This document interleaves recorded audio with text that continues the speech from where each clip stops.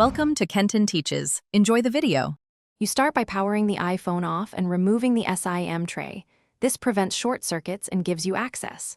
Once done, gently warm the screen edges with a heat source set to about 60-70 degrees C for 60-90 seconds to soften adhesive.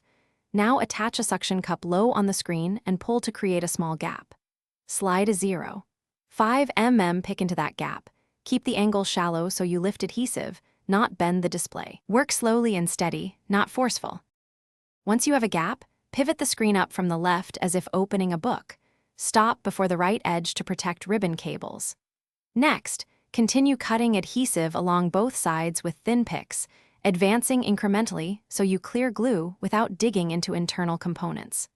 When you reach the top, remove the lowest display bracket screws while keeping screws organized in a labeled tray. Make sure to note each screw location. Those small differences matter for reassembly and for avoiding damage to the logic board. Before fully removing the protective glass, disconnect the battery. This prevents shorting when you handle connectors. Then detach the display cables and lift the glass away slowly. If the glass is cracked, wrap with clear tape to hold shards and use a vacuum or foam block to lift fragments safely, avoiding metal picks on circuitry. Once removed, clean adhesive residue with isopropyl alcohol.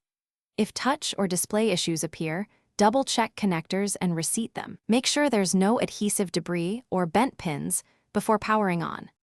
Thanks for watching. Please subscribe if this video was helpful.